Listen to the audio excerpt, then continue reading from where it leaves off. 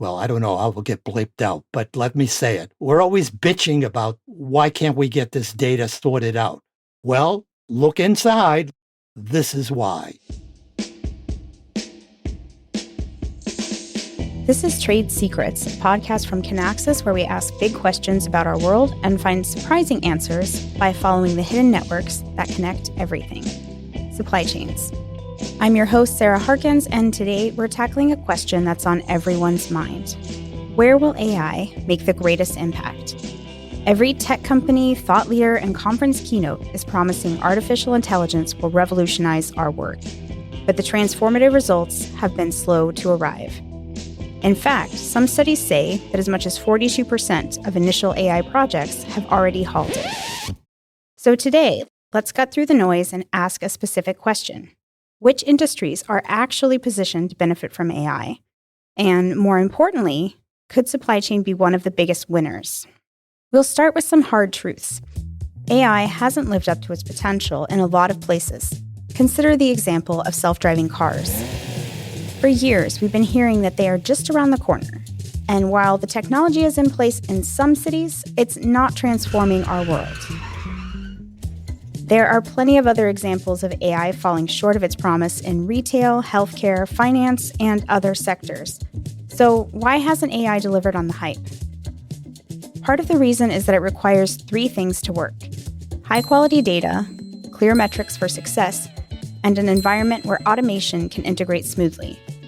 In many industries, those elements are missing. But one that checks all those boxes, it's supply chain. Supply chain teams were the first adopters of AI machine learning-based technology. We've done it in planning. We've done it in execution. And we've gotten very positive results because of it. This is Bob Ferrari. I'm managing director of the Ferrari Consulting and Research Group.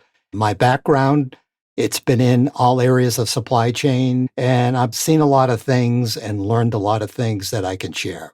We're talking to Bob because he's seen firsthand the strengths, weaknesses, and opportunities for supply chains when it comes to AI. He's ready to help us separate fact from hype. We also have data. The Economist Group recently surveyed over 800 supply chain leaders about their own AI experiences. They found something surprising. 71% say their companies are accelerating AI deployment in response to recent disruptions, like global trade policy. So while other sectors are reconsidering their AI investments, supply chain is doubling down. That strategy makes sense when you consider the state of world affairs. According to the Geopolitical Risk Index, today's turmoil echoes other periods of disruption and heightened geopolitical tension, like the end of the Cold War, the Gulf War, 9/11, and the start of the war in Ukraine. Other than those periods, we've not lived in a time with more geopolitical uncertainty in the last 40 years than today. This is Oliver Sawbridge, Senior Manager at the Economist Group, specializing in trade and geopolitics. Businesses now face not just new tariffs and sanctions, but unpredictable swings in policy, from industrial strategy to export controls to new data governance rules. The combination of geopolitical shocks and policy volatility is undermining the predictability, leading firms to build contingency into their operation. Supply chains that once focused on resilience and bouncing back from the occasional disruption have realized that process can no longer keep up. They have to adapt in the moment if they want to thrive. This is what makes AI capabilities essential. AI can help organizations manage complexity and make end-to-end decisions more efficiently. The data from the research shows that more than 3/4 of companies have integrated AI into different solutions such as predictive analytics, real-time decision-making, and supplier monitoring, with the expectation that it will have a high to significant impact on their business operations. During previous disruptions, companies were limited by the volume of data they could analyze and the speed at which they could do it. Now, with AI, pattern recognition has advanced, automation has accelerated decision-making, and processes can continuously improve. This has created opportunities for optimizing multiple areas of the supply chain. On the planning side, the notion of demand management can be shifted towards demand sensing, sensing what's going on in the fulfillment channels and what that means. There are AI tools that can help in that area. Supply planning is another one because one of the constant challenges is multi-tiered visibility relative to supply. We've come a long way in technology support in that area, but trying to spot patterns on those, again, gets into some challenging areas. A third one is procurement.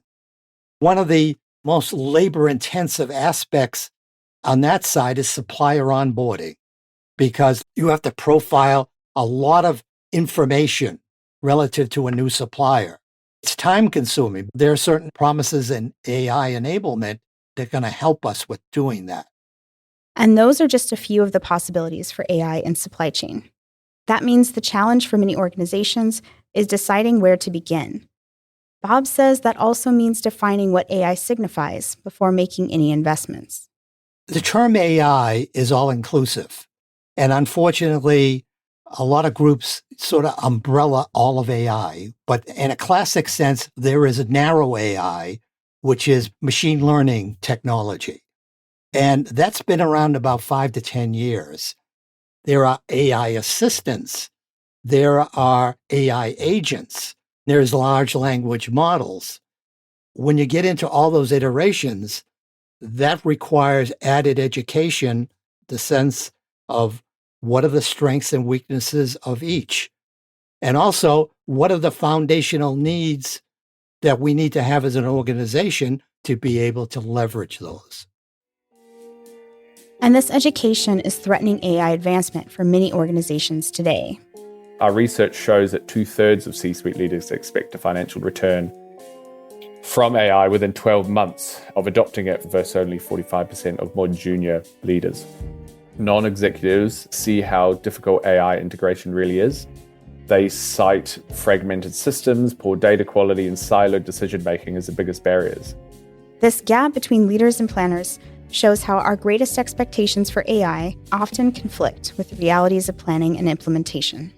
The gap is to be expected because at the operational level, the supply chain teams of various areas have been dealing with these constant challenges of trying to bring information together from disparate systems.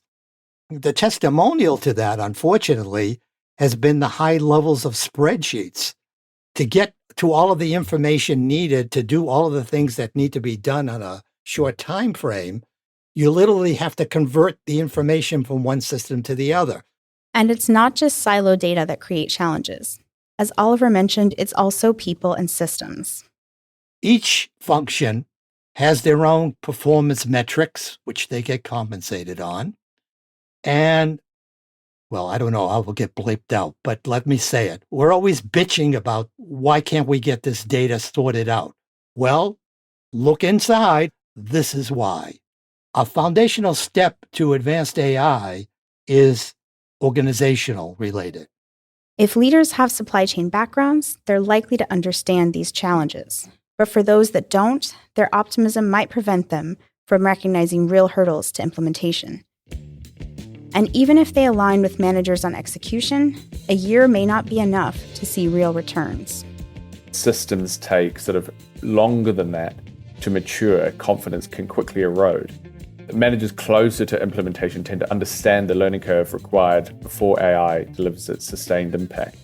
For more advanced AI applications like agents, the technology itself may need to go through an onboarding phase before companies can feel confident in its results. Companies that I've talked to, so it may be 3 to 6 months for one agent to come up to speed, to learn the process, to learn the workflows, to learn the decision points, to learn the trigger points. And then the next agent gets launched, and then it learns the next process. The good news is that the survey shows that both the C-suite and managers have similar visions for AI. The gap between executives and non-executives does narrow over the medium term, so both executives and managers expect AI to significantly improve forecasting, scenario planning, and geopolitical visibility within 3 years. So optimism and realism eventually align, but only if organizations can bridge the gap between vision and capability. Implementation strategy will be a key part of this alignment, particularly around defining success. What we're hearing about almost monthly now is a lot of organizations have started proof of concepts and a lot of these AI technologies right now to gain an understanding of, all right, what are they? What are their capabilities? Do we have applicability here? And let's see if we can do a couple of initial activities to garner the results. As part of those trials, companies will also need to assess the risks. Fewer than 1 in 4 business leaders believe AI will introduce new risks, such as cyber vulnerabilities, compliance failures, or flawed risk assessments. So firms may be overestimating AI's readiness and underestimating their own exposure. That finding is surprising, given that a separate survey found at least 13% of companies have already reported breaches of AI models or applications. At the business level, in terms of what are the top 5 risks for businesses today, cybersecurity is number 1 and number 2. It just comes up every single time, and for very valid reasons. Because literally now, every month in the news cycle, we hear something about this. That's not to say that AI's risks outweigh the benefits for supply chains. But the future belongs to the informed optimists, the people who can look at AI with clear eyes, understand its promises and its limitations, and implement it strategically. It's like any other journey, it's going to take time. We often forget what happened in COVID when all the businesses literally said, oh my God, what are we going to do? Well, everybody got innovative. And through that action, they discovered the benefit of cloud-based systems. Cloud-based systems existed before COVID, but the reality and the benefit hit home during COVID. AI, advanced AI, we got to be realistic. There's going to be a cycle. It may be more condensed than maybe the 5-10 year. We don't know yet because it's still evolving. So to go back to our original question, where will AI make the biggest impact? And could it be in supply chain? The answer is in the hands of supply chain leaders and managers. We've seen AI struggle in sectors where the data is messy, the goals are ambiguous, or the technology doesn't fit smoothly into existing systems. But supply chain has the potential to be different. The fundamentals are there. The data exists, problems are well-defined, and the industry is ready for this kind of innovation. Achieving AI's highest potential will require setting realistic expectations and making ambitious adjustments to operations. But the opportunity is there to be seized. And if the survey data is any indication, the first supply chain team to demonstrate AI's transformative potential has already started its journey.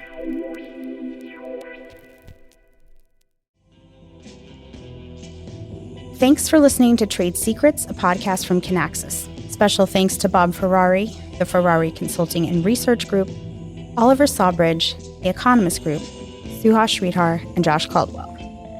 If you're interested in learning more about AI and supply chain, checking out the original research from Economist Impact, or learning more about the Ferrari Consulting and Research Group, you can visit the links in our show notes.